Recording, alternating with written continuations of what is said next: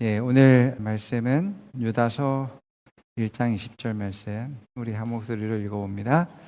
그러나 사랑하는 자여, 성령 안에서 기도함으로 너희의 지극히 거룩한 믿음 위에 세워진 너희 자신을 건축하라. 진보하라. 점점 더 높아지는 건물처럼 올라가라. 아멘. 오늘 말씀은 방언 기도의 핵심이라는 제목인데, 하나님의 존재 방식은 삼위일체 하나님이라고 말하는 것처럼 성부 하나님, 또 성자 예수님, 성령님으로 말씀을 하고 있습니다. 하나님이시지만 우리에게 역사하시고 우리에게 나타나시고 함께 하시는 그런 방식들이 다른 모습들을 보게 되어집니다. 세 분 모두 다 전능하시고 전지한 능력들을 가지고 계시지만 우리에게 역사하는 방식들이 다르다라는 것들을 보게 됩니다. 구약의 성부 하나님께서 이 세상을 창조하심과 또 율법을 주시고 성막과 또 제도를 주심으로 말미암아서 하나님 백성으로서 살아가는 것과 하나님 말씀에서 어떻게 하나님과 함께 하는지에 대해서 가르치는 일들을 하셨습니다.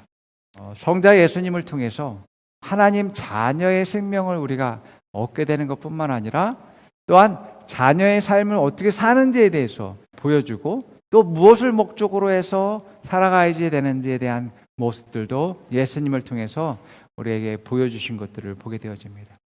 여러분, 예수님이 하나님의 아들로서 하나님의 생명을 가지고 이 땅 가운데 오실 수 있는 이유는 바로 성령님의 생명의 능력으로 말미암아 생명의 영으로 말미암아 존재하게 되어졌다라는 것을 우리가 성경을 통해서 알 수 있습니다. 또 예수님이 부활하신 역사적인 그런 일 역시 성령의 능력으로 말미암아 생명의 영으로 부어졌다라는 것을 알 수 있죠.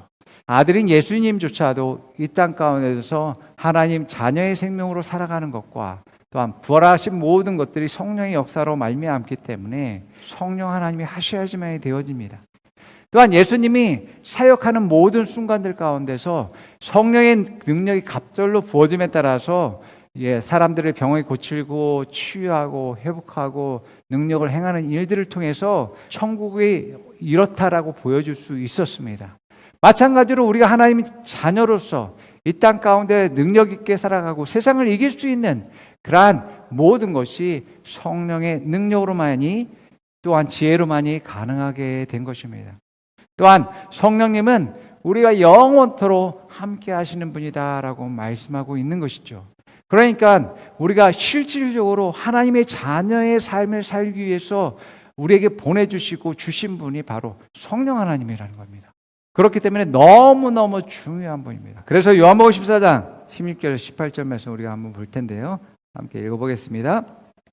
내가 아버지께 구하겠다. 그리하면 아버지께서 다른 보혜사를 너희에게 보내주셔서 영원히 너희와 함께 하실 것이다.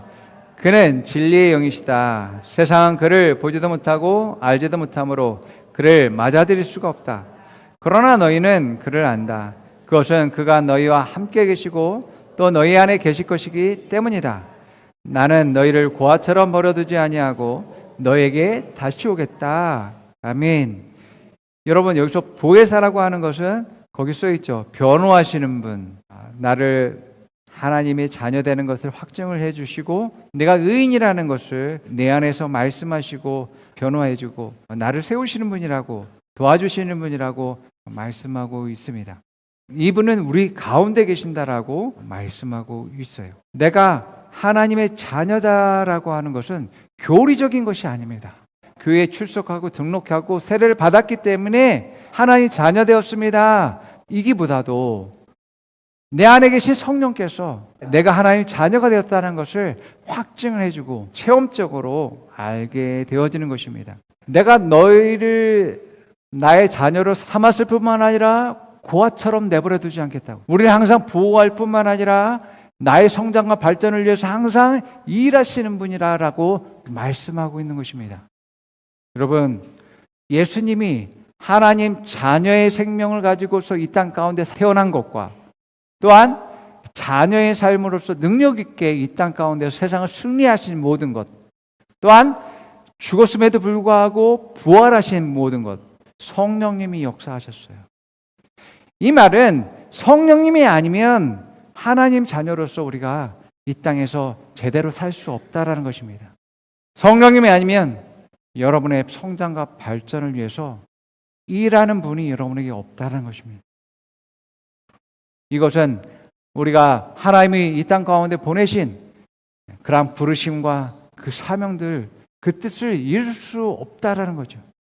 우리가 어떤 긍정적인 변화나 내 삶에서 어떤 성장과 발전을 이루기 위해서는 반드시 그리스도인들에게는 성령의 충만함과 이러한 방언이 필요하다라고 말하고 있습니다. 왜냐하면 우리가 세상을 승리하는 것은 영적인 승리가 먼저 이루어져야지기 때문에 그렇습니다. 영이신 분이 물질 세계를 창조하시고 물질 세계를 변화시키는 일들을 하시는 것을 우리는 한번 가만히 생각해 봐야 되집니다. 우리가 삶에서 겪는 많은 고난과 고통과 어려움과 삶의 문제들, 또 그뿐만 아니라 죄의 문제들, 또 하나님 뜻대로 하지 못하는 많은 것들, 이런 것들로 인해서 우리는 고민하고 염려하고 걱정하기도 합니다. 그런데 로마서 8장 4절에서 6절은 이렇게 말해요. 읽어보겠습니다. 그것은 육신을 따라 살지 않고 성령을 따라 사는 우리가 율법이 요구하는 바를 이루게 하시려는 것입니다. 육신을 따라 사는 사람은 육신에 속한 것을 생각하나 성령을 따라 사는 사람은 성령에 속한 것을 생각합니다. 육신에 속한 생각은 죽음입니다. 그러나 성령에 속한 생각은 생명과 평화입니다. 내가 말씀대로 살고 싶어요. 말씀 뜻대로 이루고 싶고 하나님의 계획과 하나님의 부르심대로 살고 싶어요. 그런데 안 돼요. 하지 못하는 이유는 내가 육신적으로 그것을 이겨내려고 하고 극복하려고 하고 승리하려고 하고 내 힘으로 좀 어떻게 해보려고 했기 때문에 되지 않았던 거예요. 율법이 요구하는, 말씀이 요구하는 것을 이루게 할 수 있는 것이 바로 성령을 따라서, 성령님의 인도함을 따라서, 성령의 충만함을 통해서 가능하다라고 말씀하고 있습니다. 육신을 따라서 사는 사람은 육신의 일만 생각해요. 그러나 성령이 충만하고 성령의 인도함을 받는 사람은 성령님의 그런 비전과 인도하심을 따라서 일들을 할 뿐만 아니라 그러한 생각을 한다라고 말씀하고 있습니다.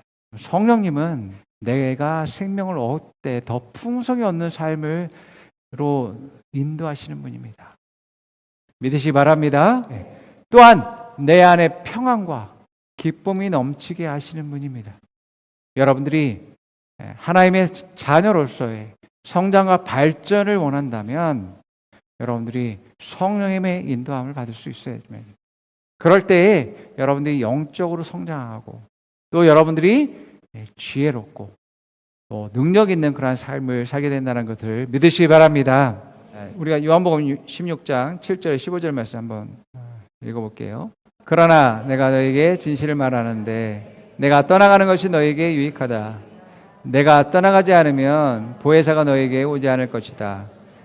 그러나 내가 가면 보혜사를 너에게 보내주겠다. 그가 오시면 죄와 의와 심판에 대하여 세상의 잘못을 깨우칠 것이다. 죄에 대하여 깨우친다고 하면 세상 사람들이 나를 믿지 않기 때문이요. 의에 대하여 깨우친다고 하면 내가 아버지께로 가고 너희가 나를 더 이상 못 볼 것이기 때문이요. 심판에 대하여 깨우친다고 하면 이 세상의 통치자가 심판을 받았기 때문이다. 아직도 내가 너희에게 할 말이 많으나 너희가 지금은 감당하지 못한다. 그러나 그분 곧 진리의 영이 오시면 그가 너희를 모든 진리 가운데로 인도하실 것이다. 그는 자기 마음대로 말씀하지 않으시고 듣는 것만 일러주실 것이요 앞으로 올 일들을 너희에게 알려주실 것이다. 또 그는 나를 영광되게 하실 것이다. 그가 나의 것을 받아서 너에게 알려주실 것이기 때문이다. 아버지께서 가지신 것은 다 나의 것이다. 그렇기 때문에 내가 성령이 나의 것을 받아서 너에게 알려주실 것이라고 말한 것이다. 예수님의 제자들을 한번 보십시오.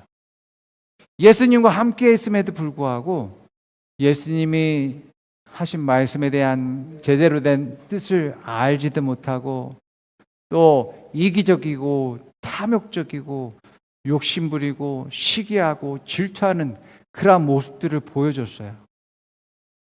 그런데 이러한 제자들이 놀랍게 변화되는 일들이 있는데 바로 오순절에 성령이 불꽃처럼 각 사람 머리에 임하시고 그들이 충만하게 되면서 완전히 다른 사람들로 바뀌게 되어진 것들을 보게 되어집니다. 예수님이 말씀하신 것처럼 나 예수가 떠나가는 것이 너희에게 유익이야 라고 말씀하시는 것이 바로 여기 있습니다. 성령님은 우리 안에서 말씀을 생각나게 하게 하시고 또 성령님이 우리로 하여금 인도하시고 또 하나의 뜻과 계획이 무엇인지 알게 하시고 우리에게 통찰력과 지혜를 주실 뿐만 아니라 또 우리에게 능력을 주시고 성장과 발전의 방향으로 나아갈 수 있도록 하게 하시는 분이 바로 성령님입니다. 그래서 성령 충만하고 성령의 인도함을 받는 삶은 제자들과 마찬가지로 오늘날 우리에게도 성령을 받은 사람들은 성령을 받기 전의 삶과 성령을 받은 뒤의 삶이 완전 달라진다는 것을 우리는 보게 되어집니다. 그러므로 여러분들이 그리스도인으로서 하나님의 자녀로서 능력 있는 삶과 성장과 발전 있는 삶을 살기 위해서는 반드시 성령의 충만하심과 인도하심을 받아야 될 줄 믿습니다. 우리의 구원을 위해서 예수님을 우리에게 보내주셨듯이 하나님 자녀의 삶과 세상을 승리하는 삶, 또 하나님의 영광의 비전을 위해서 살아가는 삶을 살기 위해서 성령님을 보내주셨습니다. 내가 구원받는데 예수님이 중요한 것처럼 성령님은 너무너무 중요한 분입니다.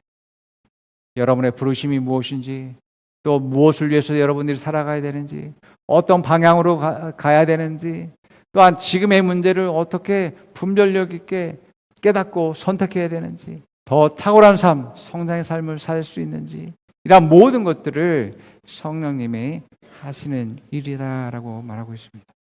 성령의 인도를 받는 데 있어서 가장 중요한 것은 통찰력과 성령의 인도입니다. 통찰력은 여러분의 성장과 발전을 위한 지혜를 말합니다.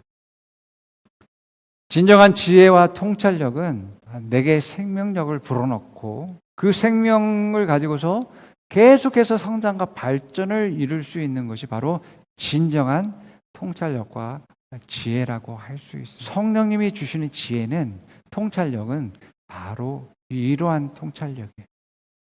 여러분, 하만이라는 사람은 그 당시에 아주 탁월한 정치인이었고 아하스로 왕의 존중을 받는 그러한 사람이었습니다. 하만이 이제 왕에게 어떤 말을 하든 왕은 그 말에 이제 따르는 일들을 계속 해왔다라는 것들을 보게 되죠.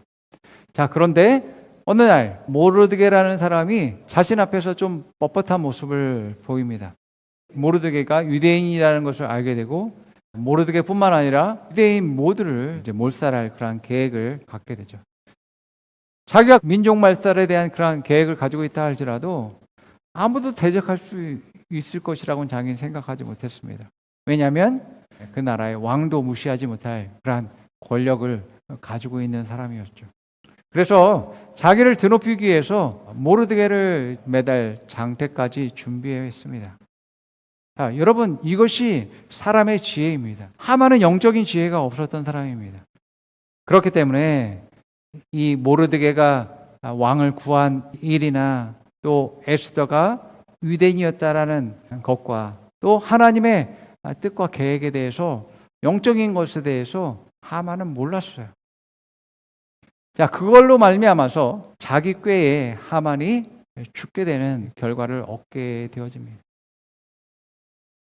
이처럼 영적인 통찰력이라는 것은 하나님의 지혜를 가지고서 더욱더 생명을 얻고 더 성장과 발전을 시킬 수 있는 지혜를 말하는 것을 말합니다. 자, 이러한 지혜가 무엇을 통해서 얻어진다고요? 방언을 통해서 우리가 이러한 통찰력을 얻게 되어진다라고 말합니다. 성령의 인도도 방언을 통해서 얻게 되어지는 것입니다. 베드로가 이제 이방인인 고넬료의 집에 가게 된 그러한 경위는 바로 성령의 인도함을 통해서 베드로가 고넬료의 집에 간 것을 우리가 알 수 있습니다. 그 당시에 유대인과 이방인은 식사를 하지 않고 교류를 하지 않습니다. 그러한 베드로의 생각을 깨기 위해서 벌레가 가득한 보자기를 하나님 먹으라고 3번 보여주시고 요구한 것을 우리가 보게 되어집니다. 뿐만 아니라 고넬료의 집에서 하인이 찾아와서 베드로를 모시고 고넬료의 집으로 가게 되어졌고, 또 고넬료가 베드로를 이제 청하라고 한 것들 통해서 성령님이 이렇게 우리를 인도했구나라는 것을 깨닫게 되어지는 것이죠. 또 뿐만 아니라 바울이 아시아로 복음을 전하려는 그러한 열정들이 가득했었는데 계속 성령님이 그 길을 막으셨다라고 이야기합니다. 그리고 환상을 통해서 마게도냐 사람이 이제 우리를 도우라라는 그러한 환상을 보고 이것이 성령의 인도하라는 것을 깨닫고서 이제 유럽에 복음을 전하는 그러한 일들을 하는 것들을 보게 되어집니다. 자, 이렇게 성령의 인도를 받는 것의 그 핵심이 바로 방언입니다. 자, 방언은 뭘까 그럼? 피터 와그너 박사는 방언에 대해서 이렇게 이야기합니다. 방언의 은사는 하나님께서 그리스도의 몸에 어떤 지체들에게 주시는 특별한 역량으로서 자신들이 배우지 않는 외국어로 복음을 증거하게 되거나 자신들이 배우지 않은 신비한 언어로 하나님께 기도하게 되는 역량이다. 방언은 누구에게 기도하는 거라고요? 하나님께. 기도는 연결이라고 할 수 있습니다. 우리말로 기도하는 것은 내가 요구하는 것, 내가 필요한 것, 또 주님을 향한 나의 고백들, 내 마음에 있는 것을 하나님께 드리는 것이 기도입니다. 그런데 방언은 내 영이 하나님께 기도하는 거죠. 자, 하나님은 영이시라고 얘기하고 하나님의 자녀도 영적인 존재이죠. 하나님과 내가 연결되어져서 서로 교제하는 것은 영적인 것으로야만이 가능하게 되어집니다. 그렇지 않겠어요? 내 영이 기도한다는 것은 내가 알지 못하는, 내가 생각하지 못하는 깊은 곳에 내 필요를 또 아니면 하나님께 찬양하고 높이는 것을 내 영이 기도하는 겁니다. 나는 알지 못하지만 내 영이 하나님과 교제하는 것입니다. 여러분, 어떤 것이 더 수준이 높겠어요? 서로 깊은 것을 나눌 수 있는 것은 영적인 대화여야지만이 되어진다는 것입니다. 이 방언이 단순한 언어지만 영적인 교제와 교류가 놀라운 것이 여기에 있어요. 이것을 통해서 하나님의 마음과 뜻이 부어지는 일들과 또한 능력이 부어지고 은사가 개발되어지는 일들이 여기서 일어나는 거예요.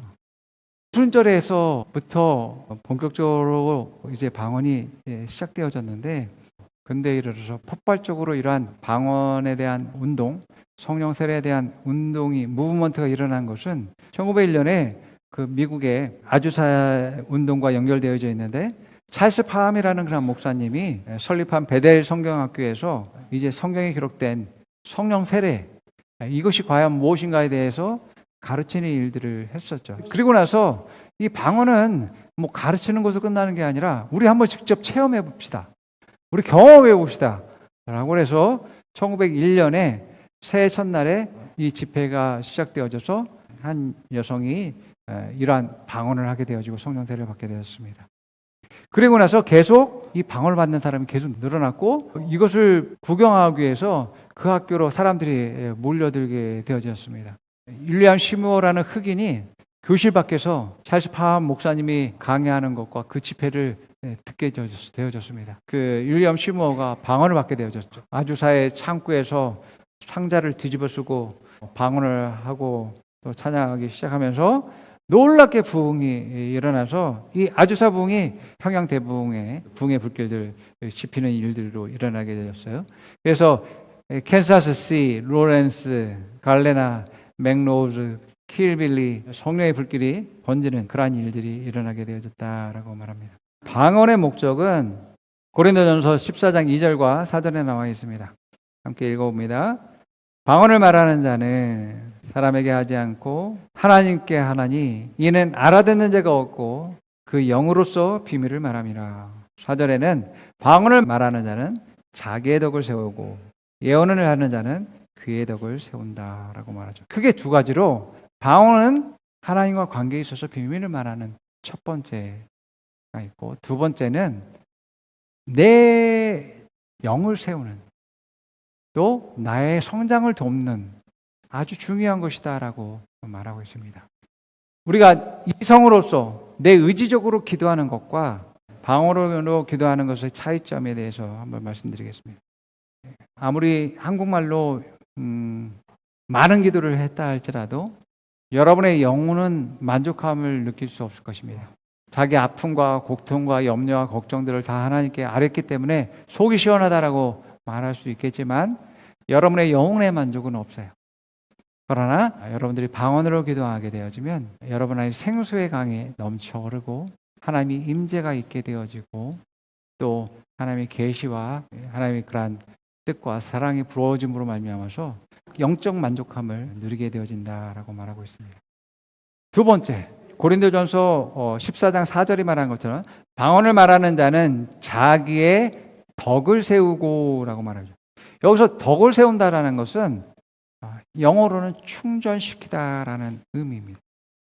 프라이드 박사라는 분이 덕을 세우다는 영어로 에디파이라는 단어인데 에디파이라는 단어의 본래 의미를 말해주는 단어는 차주라고 합니다. 충전시키다라는 의미입니다.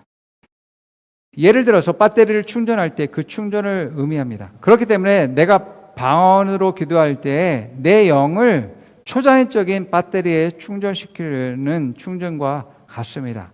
그래서 방언 기도라는 것은 나의 영적 배터리를 항상 완충 상태로 유지시키는 행동입니다라고 말하고 있습니다. 내 영이 충만하게 되어지면 영적인 그러한 고조 상태에서 더욱더 영으로서 기능할 수 있게 되죠. 앞서 로마서 8장에서 이야기하는 것처럼 하나님의 뜻대로 하고 하나님의 말씀대로 하고 하나님의 계획대로 하고 하나님의 부르심과 뜻대로 할 수 있는 모든 일들이 성령의 충만함으로 말미암아서 되는 것입니다. 그러므로 여러분들이 성령 충만하면 충만할수록 여러분들은 하나님의 뜻대로 행동할 수 있는 능력을 갖게 되어집니다. 반대로 여러분들이 영적으로 탈진하게 되어지고 또 여러분들이 육신적으로 계속 기능하는 일들을 하게 되어진다면 여러분들은 하나님 말씀이 생각나지 않을 거예요. 여러분의 육신적인 유익들과 탐욕과 쾌락들이 여러분들을 지배하게 될 것입니다. 그러므로 여러분들이 자기 자신을 스스로 판단해야죠. 지금 내가 영적으로 탈진 상태야? 아니면 내가 좀 더 영적인 그런 각성과 또 충만이 있어야지만이 되겠어. 지금 좀 더 어려운 삶에 어려움이 문제가 있고 또 통찰력과 지혜가 필요해 라고 했을 때 내가 더 영적으로 충전을 해야 된다라는 것을 깨달아야지만이 되어집니다. 이것은 여러분들이 해야지만이 됩니다. 이것은 하나님이 해줄 수 없는 일입니다. 여러분들이 이것을 깨닫고서 분별하고서 여러분들이 그것을 선택할 수 있어야지만이 되어진다는 겁니다. 그래서 케네스 에긴 목사님은 방언을 할 때 10가지 유익이 있다라고 얘기해요. 하나님을 높이는 수단이고 두 번째는 성령의 임재를 느낄 수 있도록 해준다는 거고 세 번째는 하나님을 경배하는 것을 도와줄 수 있습니다. 그리고 방언은 우리의 믿음을 더욱더 자극시키고 성장시킵니다. 방언은 영적인 상쾌함을 줍니다. 그리고 하나님께 감사드리는 최고의 방법이 방언입니다. 일곱 번째, 영어로 기도하는 것은 당신의 혀를 제어할 수 있습니다. 방언 기도는 당신을 세상적인 오염으로부터 보호할 수 있습니다. 또 방언 기도는 성령의 은사로 들어가는 문입니다. 능력 있는 삶을 살 수 있도록 하는 문이다라고 이야기하죠. 또 측량할 수 없는 무궁무진한 그러한 보물 창고다라고 얘기하고요.